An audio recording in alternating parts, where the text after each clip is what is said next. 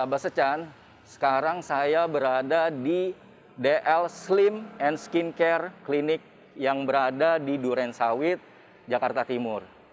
Saya akan menemui dokter untuk ngobrol-ngobrol mengenai bagaimana cara mengatasi penuaan sehingga kita bisa terlihat awet muda meski di atas usia 30 tahun. Seperti kita ketahui, penuaan adalah proses alami pada tubuh yang setiap orang pasti akan mengalaminya seiring dengan bertambahnya usia. Namun, pada prosesnya bisa terjadi pada usia yang berbeda-beda. Bahkan, ada juga yang terjadi lebih cepat daripada seharusnya. Nah, biar tidak penasaran, saya akan menemui dokter untuk berbincang-bincang mengenai hal ini. Yuk kita temui dokternya.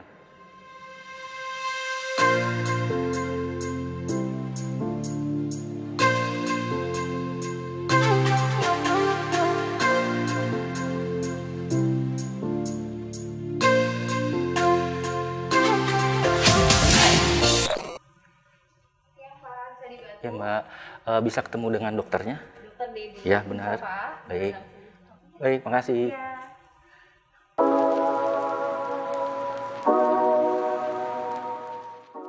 Halo dokter. Halo Pak Felix, apa kabar? Iya, baik dok. Iya dok, iya dok.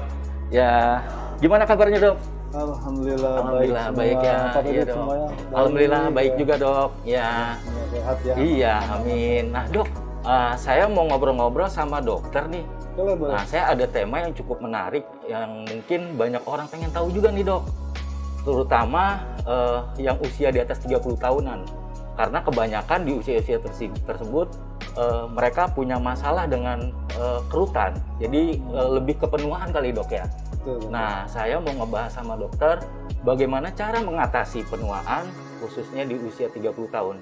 Jadi biar terlihat lebih muda dok dari usianya. Nah, bisa bincang-bincang soal itu dok? Wah, beres. Buat Pak Frederick, apa ya saya? Makasih dok. Kasih tahu deh. Nah, oke. Di mana dok kita bisa bincang-bincang dok? Boleh, kita bisa bicara lebih santai mungkin di bawah ya. Oh, di bawah dok ya? Ya. Oke. Di sini ya.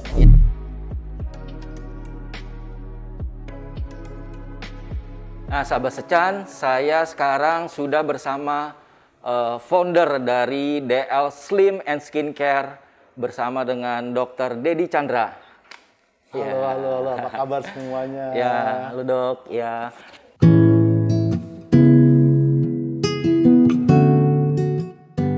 Nah, sahabat Secan, sebelum saya bertanya-tanya atau bincang-bincang dengan Dr. Dedi mengenai bagaimana cara mengatasi penuaan sehingga bisa terlihat lebih awet muda. Nah, dok, sebelumnya saya ingin bertanya sama dokter, bagaimana sih dok proses penuaan pada kulit manusia itu terjadi dan biasanya terjadi pada usia berapa dok? Ya. Teorinya panjang Pak. Panjang ya? Bisa satu buku nih. Disingkat Bisa aja dok. 7 hari 7 malam saya terangin nih.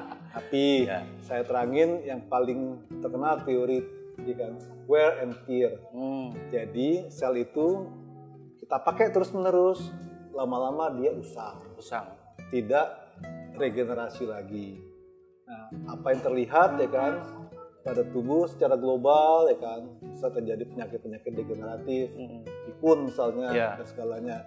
Nah, kalau yang kita lihat pada wajah ya kan itu tadi ya kan ada mulai terjadi ya kan penuaan dini, wrinkle, ya kan melasma, kemudian terjadi loss volume, ya kan kendur. Nah, itu bisa dicegah sebenarnya Pak, ya kan? Kalau ketemu dokter yang tepat. Ya, sepertinya dokter Dedi adalah dokter yang tepat nih dok. Mudah-mudahan begitu Pak Frederick. Ya. Nah dok, ada pertanyaan lagi nih dok. Bagaimana bisa terjadinya proses penuaan dini atau premature aging dok? Dan biasanya terjadinya di usia berapa tuh? Ya, pertanyaan menarik ya kan. Tadi secara teori, ya kan, ada dokter Robert Glogau, ya kan, membuat skala, ya kan. Ya kan, skala pertama, ya kan, no wrinkle, umur 28 sampai 35 tahun. belum ada wrinkle, belum ada hiperpigmentasi, ya kan. Mulai terjadi sedikit-sedikit, ya kan, photo damage, ya kan. Kemudian, ya kan, tidak ada keratosis, ya kan, spot-spot begitu. Biasanya flawless, ya kan, no make up atau minimal make up. Itu 20 tahun sampai 35 tahun. Iya. Tapi itu bisa dipengaruhi, ya kan, terjadi, ya kan, keriput-keriput mulai terlihat. Karena pertama bangsa tertentu seperti Kaukasus, ya kan, dia lebih cepat. Ya kan, kita beruntung Pak orang Indonesia Pak. Kenapa, ya kan, wrinkle-nya agak lambat, ya kan. Oh gitu.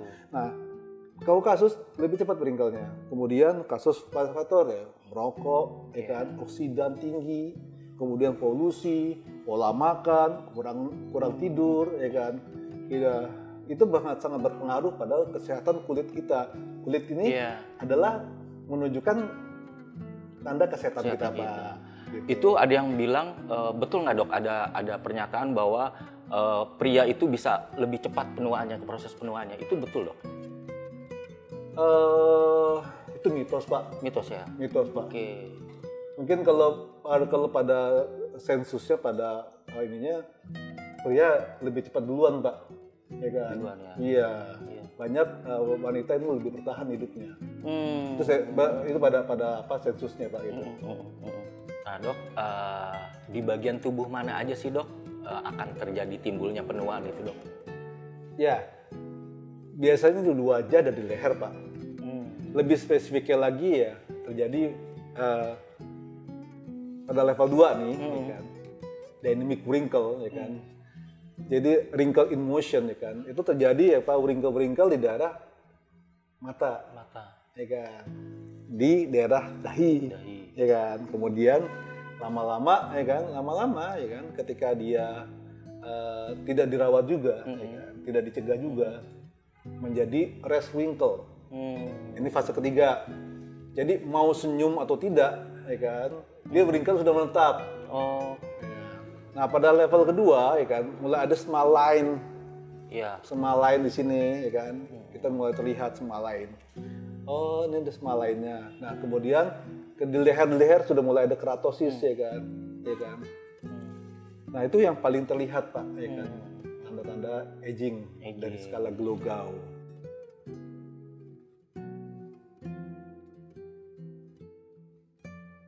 Nah dok, kapan sih sebaiknya seseorang itu berkonsultasi ke dokter?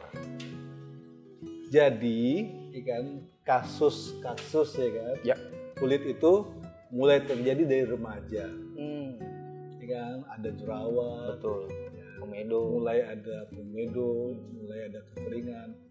Jadi karena kulit manusia itu terbagi menjadi 3 lah, kita bagi ya, kering, ya kan, normal dan berminyak, ya kan. Maka dibutuhkan suatu perawatan, ya kan, yang ditangani oleh ahli. Gitu. Jadi sebisa mungkin ya, sedini mungkin ya, untuk usia remaja dia sudah ke dokter, ya kan, untuk mendapatkan pertama pelembab, ya kan, yang kedua tabir surya, kemudian pencerah. Karena 3 hal itu dibutuhkan. Tidak ada Pak orang di Indonesia ini Pak yang tidak ingin kinclong wajahnya, tidak ingin licin, ya kan. Daripada dia, ya kan, pakai macam-macam, ya kan, datanglah konsultasi ke dokter. Nah sahabat Secan, jadi itulah kenapa pentingnya harus berkonsultasi ke dokter, termasuk penggunaan produk kecantikan atau skincare. Karena penggunaan skincare yang salah atau tidak berkonsultasi dulu ke dokter bisa menyebabkan iritasi ya. Karena jenis kulit kita tuh berbeda-beda, jadi harus disesuaikan dengan kondisi dan jenis kulit. Nah, Dr. Dedi, gimana sih dok cara untuk mengatasi penuaan ini dok yang paling efektif? Cara mengatasinya saat ini yang lebih trending, ya kan, adalah penggunaan PRP dan DNA salmon. Itu cukup efektif Pak, ya kan. Dari jurnal-jurnal penelitian dan dari kita praktek sehari-hari, hasilnya memang memuaskan Pak. Buatan DD efektif. efektif untuk itu anti-aging. Okay. Jadi PRP itu bisa kita kombinasikan ya kan dengan banyak ya kan. Salah satunya dengan treatment lain ya, Dok? Treatment lain. Okay. Salah satunya yang lagi ini adalah DNA salmon. Begitu, Pak. Oke. Nah, Dok, tadi dokter jelaskan untuk mengatasi penuaan itu salah satu treatmentnya itu adalah PRP DNA salmon ya, Dok ya. Ya. Nah, bisa dijelaskan apa itu PRP DNA salmon, Dok? Baik ya. PRP ya kan, jika itu adalah treatment ya kan yang sangat efisien, Pak. Diambil dari darah kita sendiri, autologus namanya. Oke. Jadi ya kan dipisahkan, Pak, ya kan, darah, eritrosit dan plasma.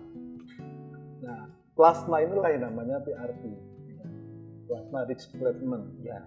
Nah, PRP sendiri itu secara global mengandung dua hal yang bermanfaat bagi tubuh kita, autologus ya, yaitu pertama growth factor, ada 7 lebih growth factor di situ, dan ada sitokin.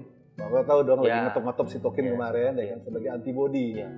Nah, ketika autologus itu masuk ke tubuh manusia, maka tubuh manusia menangkapnya seperti clock begini. Kenal, hey, temen nih, gitu kan. Hey, you temen nih. Nah, ketika seperti itu, terjadilah perbaikan sel kulit lebih cepat lagi, karena berasal dari tubuh manusia. Nah, sedangkan tadi, yang apa itu DNA salmon? DNA salmon itu adalah dari DNA atau asam nukleat, ya kan, yang dipanen dari sperma ikan salmon, yang hampir mirip strukturnya dengan struktur DNA tubuh manusia. Kita tahu bahwa asam nukleat itu, ya kan, kalau kita kekurangan, kita menjadi aging, Pak. Tadi barangkali kita tentang aging. Nah, jadi, ya kan, dipercaya bahwa dengan treatment DNA salmon ini menjadi treatment anti-aging yang cukup efisien. Nah, Dok, PRP DNA salmon, apa sih keunggulannya, Dok? Ya, ini menarik, Pak, ya kan, penggabungan dua treatment jadi satu ini. Tadi sudah saya terangkan, ya kan, bahwa PRP ada punya dua unsur, ya kan, yaitu growth factor dan sitokin. Nah, sedangkan DNA salmon mengandung, ya kan, asam nukleat yang dikatakan mirip sebagai asam nukleat manusia. Ketika digabung menjadi satu, dia double action. Jadi, ya, buat skin repair, buat scar, ya kan, buat rambut, penumbuhan rambut, kemudian buat wrinkle tadi yang saya sebut, ya kan, itu sangat efektif, Pak. Jadi kalau dua digabung menjadi satu, iya, Dok, dia menjadi lebih efektif sebagai anti-aging, ya kan, sebagai buat menangani scar, kemudian dia bisa buat memperbaiki sel kulit atau memperbaiki sel pigmen. Pada prakteknya ya ini memang efektif, Pak. Ya. Jadi 2 kali lebih kuat dibandingin dia treatment masing-masing. Wah, banyak juga, Dok, ya keunggulan atau manfaat dari si PRP DNA salmon ini. Prosesnya seperti apa sih, Dok, PRP DNA salmon ini? Jadi itu tergantung pada kondisi dan usia. Misalnya kalau usianya tadi no wrinkle, ya kan, no wrinkle, dia cukup penggunaan, ya kan, mesopans dengan jarum yang sangat kecil. Jadi nggak perlu anestesi, Pak. Kita bicara hasil, Pak, di sini, Pak. Target hasil. Bukan kita sakit-sakitan gitu kan, banyak-banyakan sakit, ya kan. Tapi hasilnya bagus atau tidak? Efektif atau tidak? Iya, betul. Jadi kalau wajahnya tidak ada masalah di bawah 25 sampai 35, kalau dia ada wrinkle, ya kan, kita bisa menggunakan mesopans. Nah, kalau dia ya ada masalah, ya kan, di atas itu 30 tahun ke atas, boleh kita suntik, Pak. Ya kan? Kita lakukan PRP itu sebagai filler. Ya kan? Kita isi, Pak, ya kan, bagian-bagian yang kosong dari wajah, Yang lost volume dok? Lost volume. Rambut tuh Pak, itu gak tanda-tanda usia juga Pak. Usia. Ya, itu juga bisa disuntikan Pak. Ya kan? Dengan itu. DNA salmon itu? Dok? Bukan, dengan PRP dan DNA salmon juga bisa digabung jadi satu. Nah, kemudian ya secara umum dia bisa dipakai sebagai mesoplants atau kita pakai ikan hari-hari penggunaannya sebagai krim hari-hari DNA salmonnya.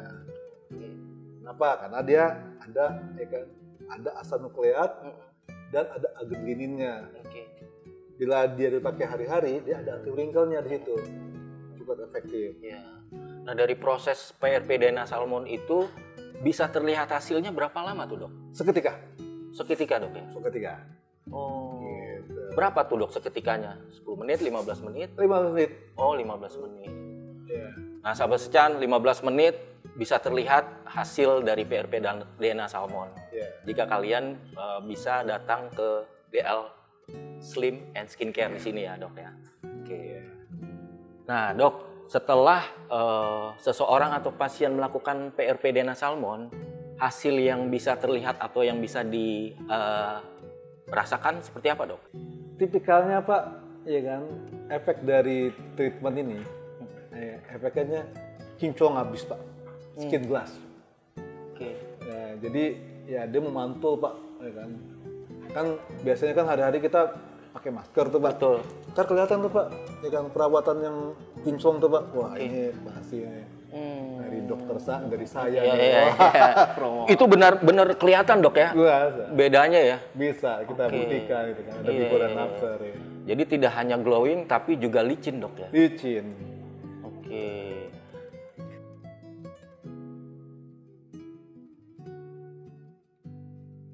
Nah, sahabat secan, itu tadi Dr. Dedi menjelaskan setelah melakukan PRP DNA salmon tidak hanya glowing tapi licin, benar-benar kelihatan bedanya.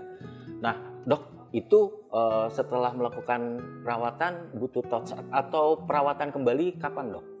Antara 2 minggu sampai 4 minggu. 2 minggu sampai 4 minggu. Cukup Ya.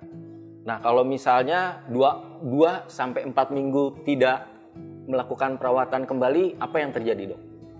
Tidak ada masalah karena kan sel dari DNA salmon dan PRP itu sudah masuk ke tubuh, sudah masuk ke kulit. Oh gitu. Dia sudah sudah beregenerasi di dalam kulit ya kan. Jadi life cell-nya itu tetap ada.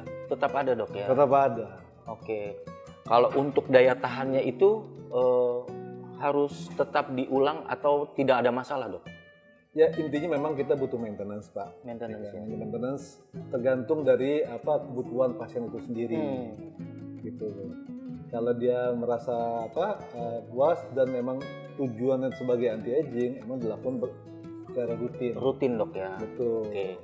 Nah sahabat secan, jadi kalau misalnya mau dapat hasil dari PRP DNA salmon lebih maksimal, jangan cuma sekali perawatannya. Seperti Dokter Dedi tadi bilang, perlu melakukan perawatan kembali 2 sampai 4 minggu. Nah, Dok, setelah pasien atau seseorang melakukan PRP DNA salmon, apa yang perlu dilakukan dia di rumah? Wah, ini penting nih, Pak. Karena semahal apapun tindakan, treatment yang dilakukan dokter atau klinik, tanpa dia menggunakan daily maintenance yang tadi saya sebutkan, dia tidak menggunakan sunscreen, dia tidak menggunakan pelembab, dia tidak menggunakan lightening agent, maka itu kadang-kadang menjadi sia-sia. Sia-sia dok ya? Sia-sia, makanya butuh tetap daily maintenance itu yang lebih penting Pak kadang-kadang. Jadi jangan lupa gunakan sunscreen SPF minimal 30, lembab yang terdiri dari vitamin, kemudian pencerah wajah, karena kita mulai tadi yang sudah saya sebut wajah akan terjadi perubahan warna kulit, kalau tidak diberikan pencerah wajah, tidak ada yang wanita yang mau menjadi kusam Pak, menjadi dekil nggak ada. Orang pakai mobil aja kita maunya kinclong, cuci, apalagi wajah, ini nggak main-main, jadi harus main-main. Itu Pak Frederick, mudah-mudahan jawaban saya bisa memuaskan. Kalau Ya. ini kita bisa Ya. buat bukunya nih Pak. Boleh dok. Nah jadi gitu sahabat Secan ya. Jadi jangan hanya cukup berhenti di treatmentnya aja, tapi setelah treatment pun perlu ada ekstra treatment di rumah. Misalnya seperti tadi dokter Dedi jelaskan, perlu adanya daily skincare. Pagi maupun malam juga harus dipakai. Betul. Nah termasuk juga perawatan yang memang alur atau tahapan pemakaian skincare-nya juga harus tepat. Karena kalau tidak tepat juga akan beresiko juga pada kulit ya dok ya. Iya betul sekali itu. Untuk itu pemakaian daily skincare juga harus konsultasi dengan dokter biar tidak salah ya.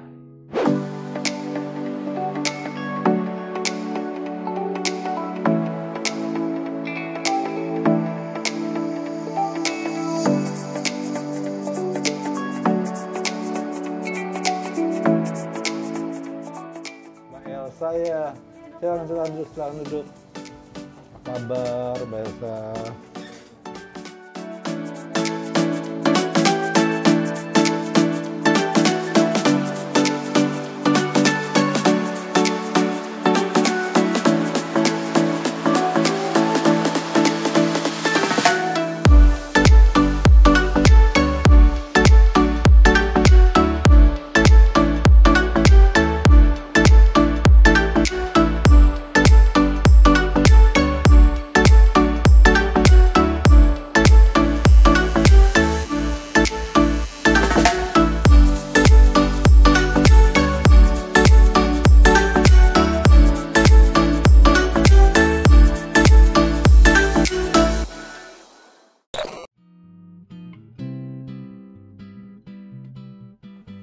Nah sahabat Secan, itu tadi bincang-bincang saya dengan founder dari DL Slim and Skincare Clinic, Dr. Dedi Chandra.